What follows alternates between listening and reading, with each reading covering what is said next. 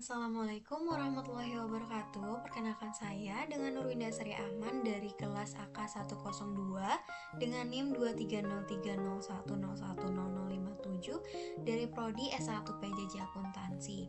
Pada kesempatan kali ini saya akan mempresentasikan UAS mata kuliah Matematika Ekonomi dan Bisnis dengan judul Aplikasi Matematika dalam Bisnis. Pentingnya matematika dalam dunia bisnis.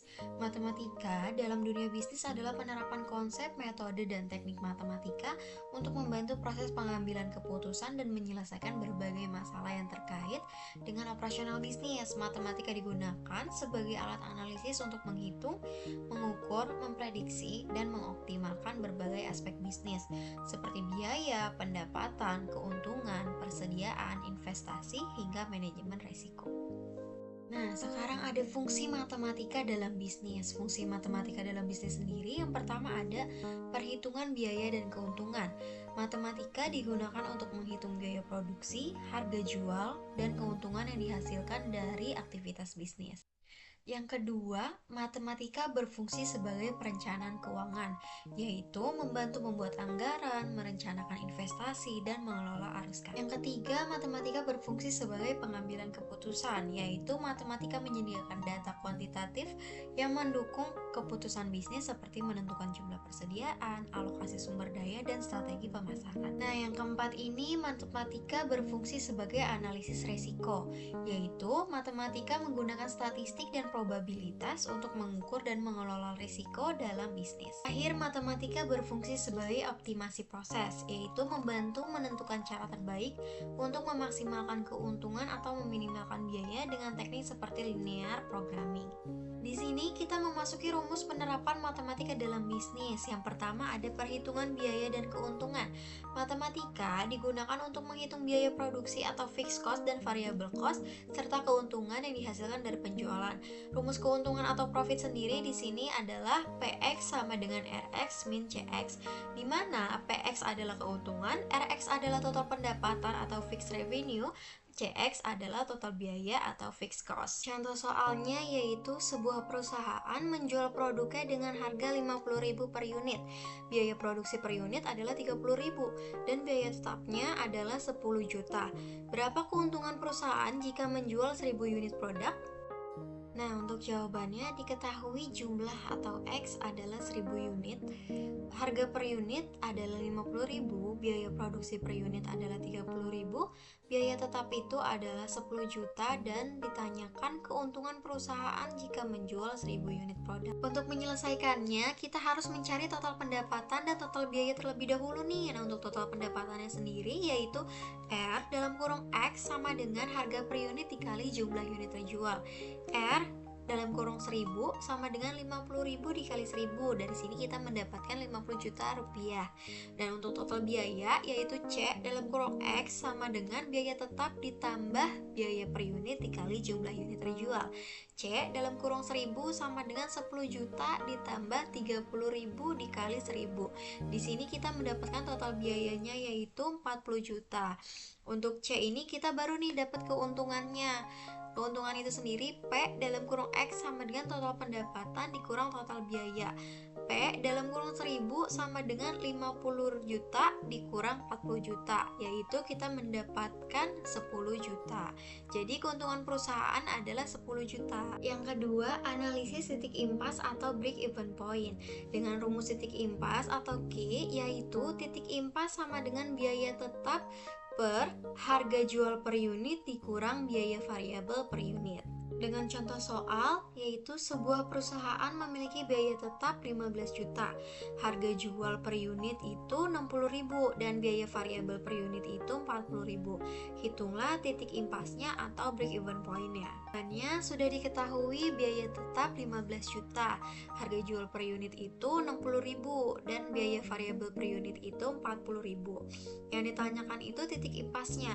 Bagaimana penyelesaiannya? Penyelesaiannya itu berarti titik titik impas atau Q sama dengan biaya tetap dibagi harga jual per unit dikurang biaya variabel per unit, yaitu 15 juta dibagi 60.000 dikurang 40.000. Berarti 15 juta dibagi 20.000 kita mendapatkan titik impas 750. Jadi perusahaan harus menjual 750 unit untuk mencapai titik impas. Yang ketiga ada pengelolaan persediaan atau Economic Order Quantity atau EOQ. Model EOQ atau Economic Order Quantity digunakan untuk menghitung jumlah persediaan optimal. Rumus EOQ sendiri yaitu akar 2DS dibagi H, di mana D merupakan permintaan tahunan atau unit, S merupakan biaya pemesanan per pesanan, dan H merupakan biaya penyimpanan per unit per tahun.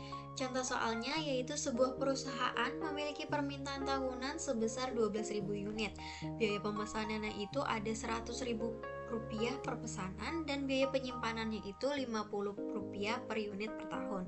Hitung EOQ-nya. Jawabannya kita sudah mengetahui nih sebelumnya, D-nya itu 12.000 unit, S-nya itu 100.000 per pesanan, dan H-nya itu 50 rupiah per unit per tahun. Yang ditanyakan itu berapa sih EOQ-nya? Nah, penyelesaiannya berarti EOQ sama dengan akar 2 dikali 12.000 dikali 100.000 dibagi 50, yaitu akar 24.000 dikali 100.000 dibagi 50. Dari situ kita mendapatkan akar 2.400.000.000 dibagi 50. Didapatkan lagi akar 48 juta, yaitu 6.928. Jadi perusahaan harus memesan sekitar 6.928 unit setiap kali pemesanan agar biaya persediaan optimal.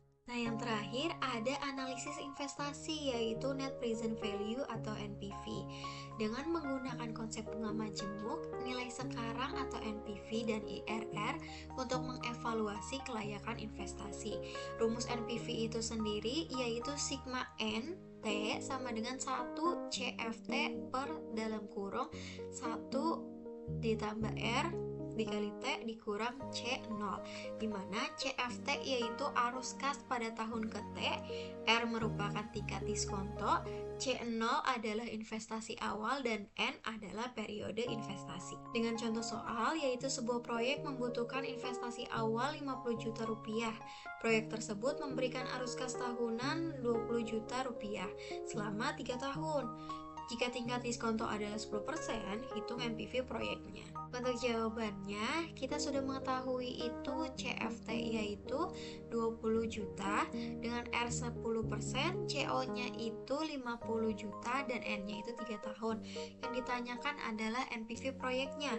Berarti penyelesaiannya yaitu NPV sama dengan 20 juta dibagi 1 ditambah 0,1 pangkat 1 ditambah 20 juta dibagi 1 plus 0,1 dipangkatin 2 dan 20 ditambah 20 juta dibagi 1 ditambah 0,1 pangkat 3 dikurang 50 juta, yaitu 20 juta per 1,1 ditambah 20 juta per 1,21 ditambah 20 juta per 1,331 dikurang 50 juta, yaitu kita mendapatkan 18.181.818 ditambah 16.528.926 ditambah 15.037.593 dikurangi dengan 50 juta, yaitu 49.748.337 dikurang 50 juta sama dengan minus 251.663. Karena NPV-nya negatif yaitu minus 251.663, maka proyek ini tidak layak untuk dilakukan. Kita memasuki bagian akhir dari pembahasan kita kali ini, yaitu kesimpulan. Aplikasi matematika dalam bisnis memberikan alat yang sangat berguna bagi pengambilan keputusan yang lebih terinformasi dan strategis. Dalam dunia bisnis yang dinamis dan kompetitif, penggunaan matematika memungkinkan perusahaan untuk mengelola sumber daya dengan lebih efisien, meminimalkan risiko, dan memaksimalkan keuntungan. Contohnya analisis data, pengelolaan keuangan, penentuan harga, hingga evaluasi investasi adalah beberapa bidang di mana matematika memainkan peran krusial. Dengan pendekatan kuantitatif yang berbasis data, organisasi mampu mengidentifikasi peluang, merancang strategi, dan mengukur hasil dengan akurasi yang lebih tinggi. Terima kasih banyak atas perhatian dan waktu yang telah diberikan. Semoga materi ini bermanfaat bagi kita semua. Wassalamualaikum warahmatullahi wabarakatuh.